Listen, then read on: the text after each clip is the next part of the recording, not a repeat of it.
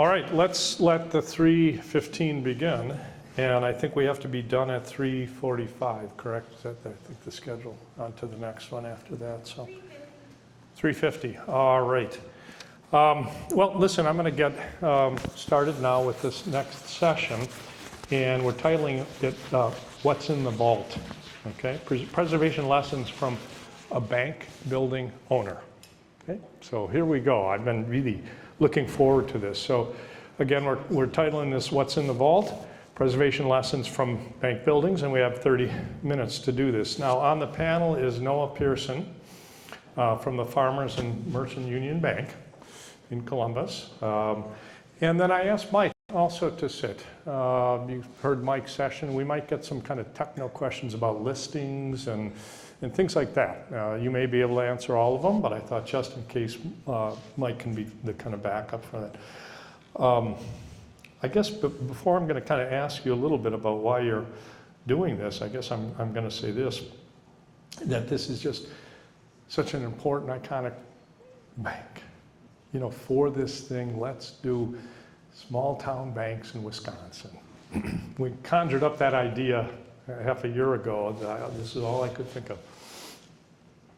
Not all I could think of, but I certainly thought about this a lot because and then as Catherine went around scanning banks and so forth, the richness of small town banks really emerges. But we got to come back to this one and just kind of get the story behind the thing.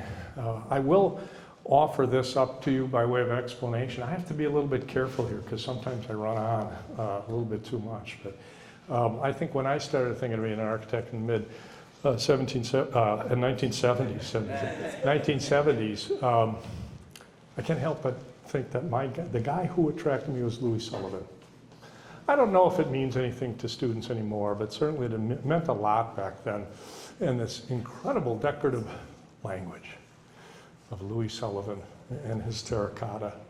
And I thought then later, as I got my degrees, that I have to be in Chicago. And I did, and I was in Chicago through the 80s. So I've got to be here. I've got to be in the place of Louis Sullivan. Did a little more research. Banks in the Midwest? A bank in Wisconsin? Is this true? Could Louis Sullivan have really done that? And so found out more about it and figured out, again, these kind of hidden jewels. And here we are with a bank in Wisconsin. And part two of what I'm going to say is that, and it got William Krieger and I, William's not here today, but into this matter of documentation of great historic buildings. And Mike, look at that stuff. How are you going to draw that up? Yeah. How are you going to draw that stuff up? We started our Preservation Institute 20 years ago in Italy and in Germany with rough rubble. You can't take a tape measure, Gene, and measure that stuff. It's organic, right? It's serpentine, it's beautiful, luscious details. And then we had this idea about a laser scan. You mean that can, a laser scan? And then here we are today. I mean, and that's what's been a big part of the Institute, is this matter of the technology and the great tool of laser scanning. Okay? And what we did, I assume you don't know about that. You better not know about this, but at the Institute, we have a collection of Louis Sullivan molds from the Carson Peary Scott store. They're at UWM. I have a couple on display. The students see it every day when they walk up the Institute. And William and I have 26 of them in deep hiding in Milwaukee, and I'm not going to disclose where they are. But we got a call from the Carson Peary Scott, from the Boston store operation about 15 years ago, and they bought up Carson Peary Scott. I think people know that, but Boston store is in Milwaukee, their headquarters, and they called us up at the school and said, we have a bunch of crates, and we don't know what they are, and we're going to throw them away near the airport. Okay, on Layton, 13th and Layton, or 9th and Layton. And we went down there, Don Hanlon and I, people don't remember these, and looked at, holy Toledo, those are the Louis Sullivan molds for the Carson Peary Scott store. So they brought them up from Chicago, and time does funny things. You don't realize what this stuff is, and so then you throw it away. So we took it, we have it, they're displayed, we scanned it, we've made them small, we've made them large, we've reproduced them, and that's my story. But now you look at this bank and you can see a little bit about my story. I don't know, those are still on the bank, so we don't have any of that stuff, so don't worry about it. But Louis Sullivan, what a love affair with such a beautiful, great designer. And I think that maybe brings me maybe just to kind of our first question. Can you basically briefly tell us a little bit about yourself and what your connection is? So my name is Noah Pearson. I have a very odd title. I'm head of information technology and facilities. So I get to deal with our buildings and computers and infrastructure and things like that. It's kind of well suited because when you're looking at a financial institution like this, there's a lot of issues with security and locks and things along that line. I've been at the bank for 11 years next month. So I'm fortunate enough to be accustomed to what an amazing building I get to work in. So coming to an event like this really does remind me how amazing that building is. We're very fortunate. We are the only owners of that building. Our bank built the building. So we have amazing history and documentation. We have the original blueprints. We have attic stock. We have extra terracotta in the basement. We have extra bricks. Our bank has gone through 3 different remodels, one in the 50s, one in the, 4, 50s, 60s, 70s, and 90s. And they're all very well documented. So we're very fortunate that anything we've done to the building, we've done to the building, good and bad. So. No, that's just a start. We have questions for you, and we have plenty of questions for you. The first question for you is, can you think of, is it easy, tell us maybe what either one or a couple of the biggest challenges are for you with this object? You have terracotta, it's in good shape, it's root, water, energy. So I have a couple different things. Speaking of the terracotta, that is an ongoing project. That will never end for us. I think last year had the terracotta patched and sealed. We have to do that every few years. The freeze and thaw cycles are destroying it actively. In our back parking lot, we had wonderful terracotta planters, but we couldn't keep them. They would fill with water in the winter, they'd freeze, we'd bring them in, and we had to make the decision to bring them inside and put them in storage. So keeping that terracotta alive and not having to put something in its place is going to be a challenge forever. We've done very well. In the 90s, we took all the terracotta off of the front of the building, had it refurbished. If you actually look where all that marble is, it was falling off of the building. Come to find out, when they built the building, they forgot to attach one of the beams, and it stayed like that till 1990, and it started pulling away. When they started disassembling the front of the building, they found out it was just never bolted up. So we're always finding new things. Now, so especially since COVID, we've been very, moving forward with automatic doors and automatic locks and things along that lines. We have a stairwell in our lobby that goes up to the mezzanine and down to the basement. It's the original door, the original lock hardware, and we had people going down to our break room to get soda. And it's very difficult to secure a door like that and keep the fire marshal happy. So we have to come up with really creative solutions how we can guide people where we want them to go and protect the areas we don't want them to go, but make the fire marshal happy. Sprinkler systems is another thing. We did not want to put sprinklers in the jewel box, but we had to make the fire marshal happy, so we had to install fire doors that are automatic and things along that line. For the most part, our lobby has been untouched. it's still fairly original. How they designed that lobby to be used and how we use it now is very different. All of our tellers want 2 screens, and there's just no room to put 2 screens.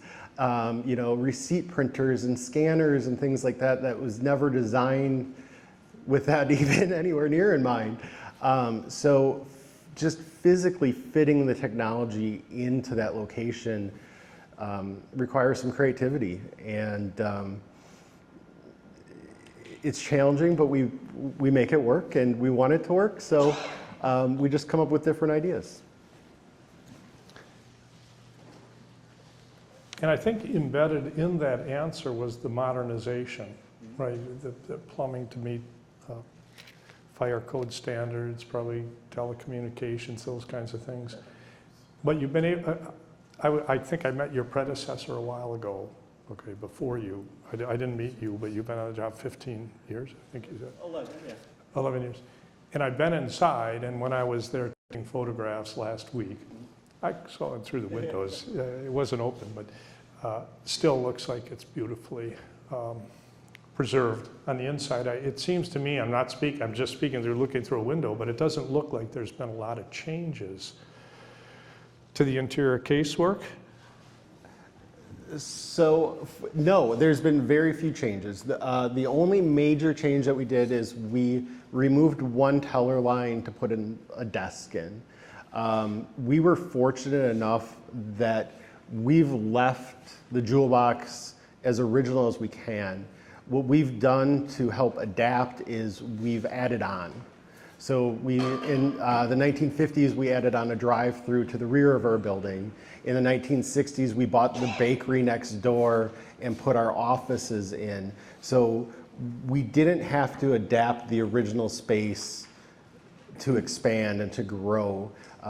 So we've been very fortunate that we haven't had to make changes to make it livable. We just keep moving outward. So if you do look into the lobby, down to the water fountain, the bench seats, the vaults, the gates on the teller windows, our teller line's all glass and each window has a metal gate on it. Those are original. The glass, I'm sure, has been replaced and things, but the look and feel when you walk in. The front doors on the building are original and a huge pain of mine because there's inch gaps all the way around them and the wood's delaminating, and how do you secure a door that's 105 years old to today's standards? But it is incredibly original.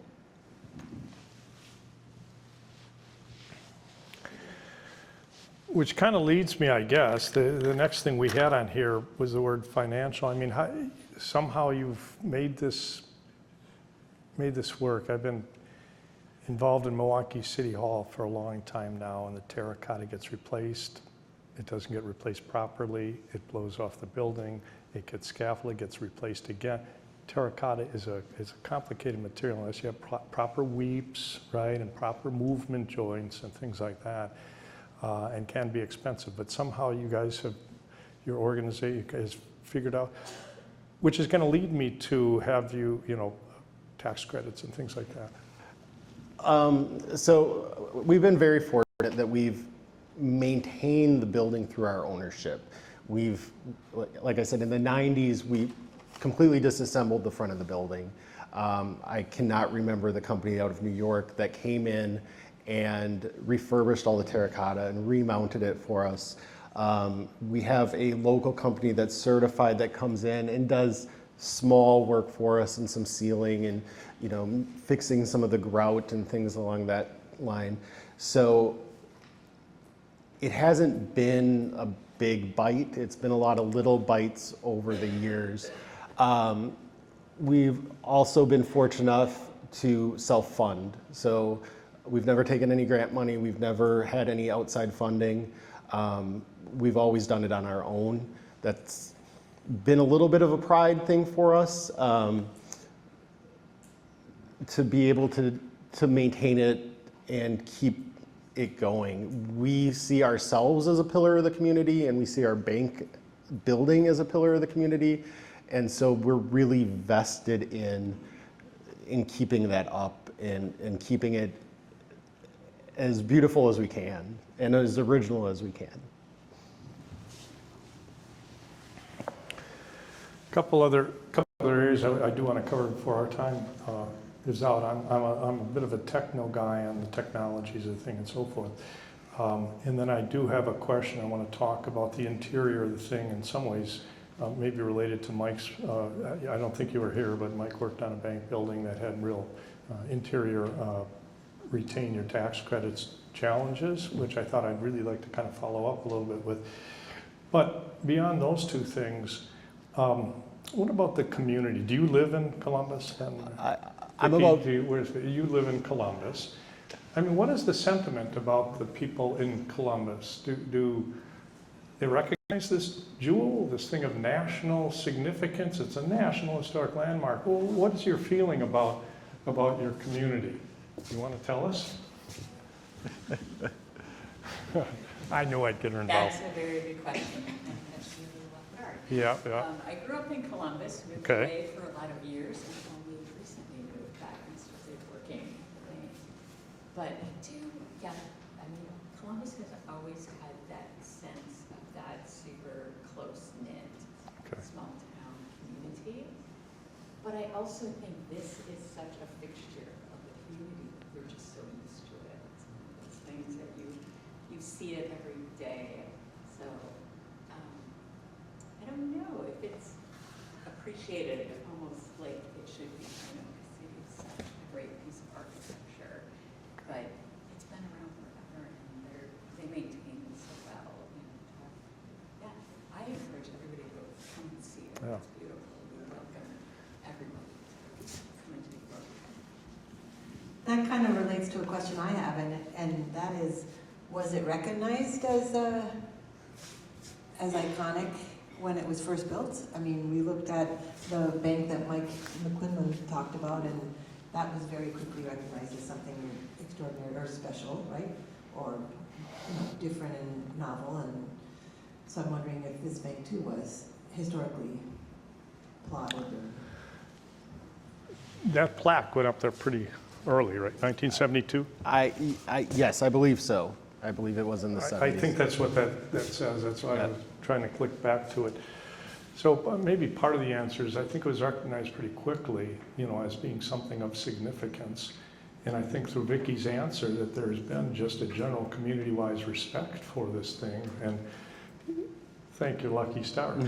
I think, and this workshop today too is about the fact that, and I have to say this properly, even though some towns don't have Louis Sullivan banks, they have banks of great importance, beautiful design, monumentality, and so forth, and maybe not done by a name brand architect, but valuable nonetheless. And I think with some of those communities, it's a little bit harder. You get, Louis Sullivan, more than just me, Louis, he's a known product, and if you look into any of his work, the luscious stuff that he has done, you appreciate right away. So I think part of the workshop here too is, financing money in situations that don't, more speculation, and they don't have an occupant who's been in it pretty much forever, that building, and when you're changing owners and trying to find a jewelry store, something to move a coffee shop, it becomes quite a challenge. So it is a kind of a different thing, but I was curious. I've been thinking about this. I think what I hear from you, Vicky, is that the community really recognizes it as a great jewel, and in some ways probably not a worry or a challenge that it might end up in the wrong hands, or at least at the moment, right? You guys are. The other thing too, I think we saw on a couple, I forget whose presentation, probably Aaron's, maybe, where there needs to be, and the word, the modernization, oftentimes expansion, enlargement, things like this. And ironically, you do have this spot sort of going whatever direction that is, west or something in back, that I guess could somehow accommodate an expansion to the place. So that's a good thing. And a number of the banks we look at, they're sort of in the middle. We saw the Lake Mills when you're in the middle. Who was saying, I forget, Diana, who was it, Tricia, who was saying that they had to demo the first floor to get the drive-through at the Lake Mills Bank? Aaron said that. Okay.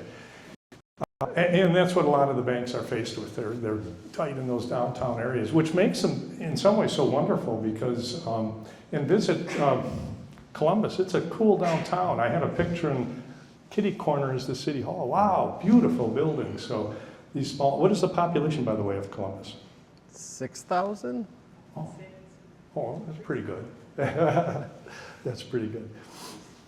All right, the interior. You haven't changed it much. We had, Carol, we were in a beautiful bank that you brought up last night, Spring Green. Restaurant now, pretty nice. The teller's bars were up above the bar, Floyd, if you've ever eaten there, you know. So they've kind of moved things around. But what happens, though, if you do move things around too much? And I think that you guys said that again, I was in 15 years ago, I haven't been in recently, but it looks like it hasn't been moved. But I think the other thing that changes the question here a little bit is that you guys have not gone for historic tax credits, right, state or national tax credits at all. And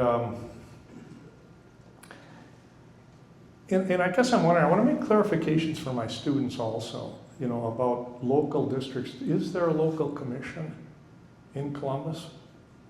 You're saying yes. Do you guys know there is one? Okay. That would be the entity that could restrict doing the wrong things to the exterior of your building, okay, if it is in a district or if it's locally designated. It sounds like that's not much of a challenge here, that you guys have been taking care of the terracotta well. It's only, you guys, at the national level, in some ways, that you have concern for the entire building, including the interior, okay? My commission in Milwaukee, you can change whatever church you want into discotheque. It's just the exterior that you're going to have restrictions and so forth on. Whereas if you're dealing with the National Tax Credit Program, you have to be pretty careful with the interior of the building. And I think, Mike, you pointed that out pretty clearly in the bank that you guys were dealing with. And to make it clear to you guys, what Mike was explaining was that it's a kind of a reversible change. When you said they can't attach that wall to the stone, you know, that there's kind of reversibility. And I think that's a part of the evaluations too by the National Park Service. It certainly is by our local commission, the reversibility of these things. So maybe what I'm trying to get across is there is some flexibility. You have to work with the local commissions and you have to work with the feds, and sometimes it's black and white, but a lot of times it isn't black and white. And have you guys been challenged with putting, you know, HVAC and things like that on top of yours? Because I want to ask Mike about that with his, but have you had those kinds of, you know, put a big air handler on top? The air handler on top, no. We do have the original hot water heat in the lobby. It works pretty well. You know, there is no weather seal on any of the doors. All the windows have new glass on the outside, but on the inside, the stained glass is exposed. The biggest problem is we put in more energy efficient boilers. There is no way to get the chimney out through the building because the walls are thick. You know, all the original paneling and things like that. So that was a big struggle because our boiler room is in the original basement and it had a very old boiler, and we got the new efficient ones that needed PVC ducting and things like that. And we had to get really creative and use some old chases and things along that lines. Air conditioning, we were lucky enough to run that through the addition when they built it. So there are air conditioning ducts behind the teller line. But in the heat of the summer and the negative 10-degree days, our frontline staff is kind of miserable. It's not bad, but I probably wouldn't want to work out there some days. So there is challenges to it. Yeah. Mike, when you showed us the bank that you worked on, you showed us the HVAC thing, which was, you know, kind of carefully considered that you couldn't see that, and then you had one put in. And it did look like a big kind of industrial stainless steel thing, and you saw the kind of the vents and all that. And certainly looks maybe a little bit obtrusive to the visuals, the aesthetic of the thing. What we've been doing a little bit in the third ward is that recognizing the fact that so many of our old loft buildings and you put a restaurant in there, you put a number of these uses in there, boy, you got to have ventilation, you have a commercial kitchen, you just have to, there's no other way around that. And in the spirit of continuing to try to save our old buildings and reuse them, we got to be a little bit flexible, at least we are in the third ward, a little bit flexible with these kinds of necessities, whether it's boilers, you guys have your boiler, but whether it's new system, all of a sudden loft building is now residential, and all of a sudden you got AC, all that kind of stuff happening. But do you think that there would be an acceptability by the nationals to have a kind of screening device around that HVAC chiller thing that because that's what we're allowing in the third ward. And we're not saying do a fakey terracotta thing up there, but we're sort of saying that there might be a middle ground between not seeing it and seeing some big ugly thing, and it might be a carefully thought up, ironwood thing or a material that's used on the building itself. And I'm wondering if that too. I can address that because we talked about that for our project. So when we had the original site visit, Paul Porter actually mentioned putting a screen wall potentially around that air handler unit. Two issues with that. I'm not a big fan of screen walls. One of the reasons is that around a lot of the equipment, around a lot of the mechanicals on a roof, they have certain clearances that are probably bigger than you think. So if you put in a screen wall and you're setting it back, 5, 6, 7 feet from the equipment so people can get in and service the equipment, you're expanding the footprint of visibility. So sometimes I think it's better just to leave the unit alone, whereas if you have a screen wall, especially if it's on 4 sides, you're really expanding that, that area of visibility for it. So I think that's the first consideration. The other one is I just don't, looking at a piece of equipment on a roof or looking at a screen wall, sometimes I think it's a 6 of one, half a dozen of the other. I don't know if you're really improving things that much. One of the things I'd point out too with if you do a project and you're putting on rooftop equipment, the difference too of taking photos in a Wisconsin winter, where there's no leaves on the trees, and then in a Wisconsin summer when everything's leafed out, it softens anything that's on the roof like that too.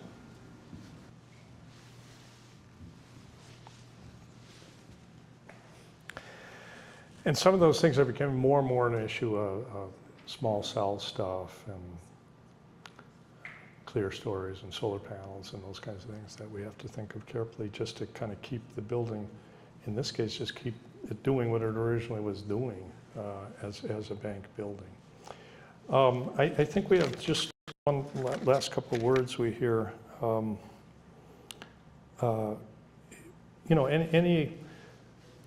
You arrived, I think, Vicki, you've been here for a little while. Is there maybe a word of advice or anything that you might give to, to other bank buildings, whether they've remain banks or they get converted from your experience?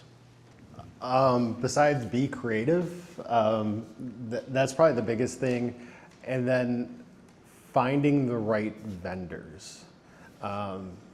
It doesn't necessarily have to be construction or HVAC or plumbers. It could be, low voltage, cameras, door security, things like that. Finding people that are craftsmen that will take the time and hide what they're doing or respect what they're doing makes a huge difference. And once you find those people, hold on to them. So, we are lucky that over the years we've have several relationships, and it makes my life so much easier when I can meet with one of our contractors and they understand the importance and they understand that we're willing to take the time and spend the money to do it right and respect the building. That makes life so much easier.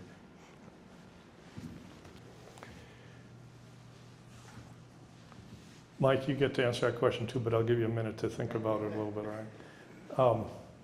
I like what you just brought up because terracotta, what a beautiful, material for a paint, for an artist, to terracotta. But 40 years ago, terracotta as a business almost went out of business. As we know, we have two now. Gladia McBean still exists in California. We had a Gladia McBean studio years ago, and Boston Valley in New York outside of Buffalo is still there.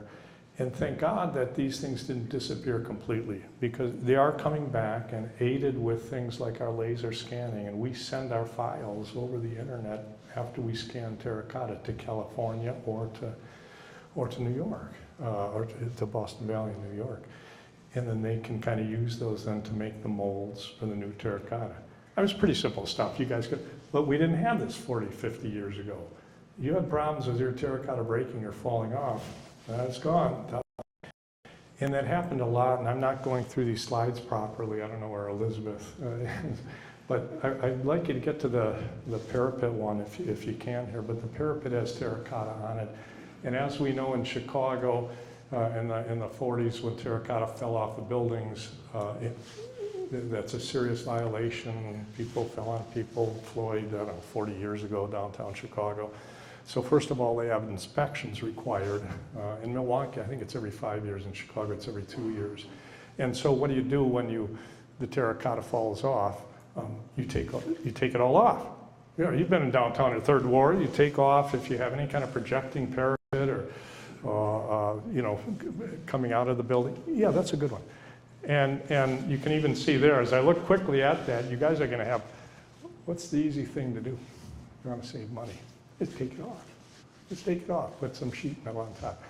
And this has been, an issue and a struggle with preservationists and preservation in general for those 30, 40 years ago. And if you keep deneutering your building, for us to kind of advance this to the community that is important to save, when half of the stuff is off, makes it very difficult to save. So thankfully, we're moving into an era now, and you said it in your comment, find the right people.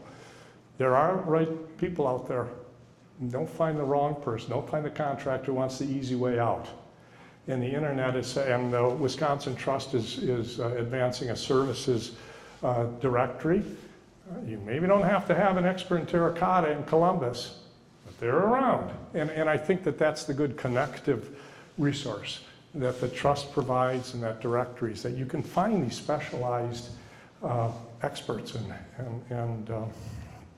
practitioners and artisans. These are very special things. Glass and steel, put it up, you're done.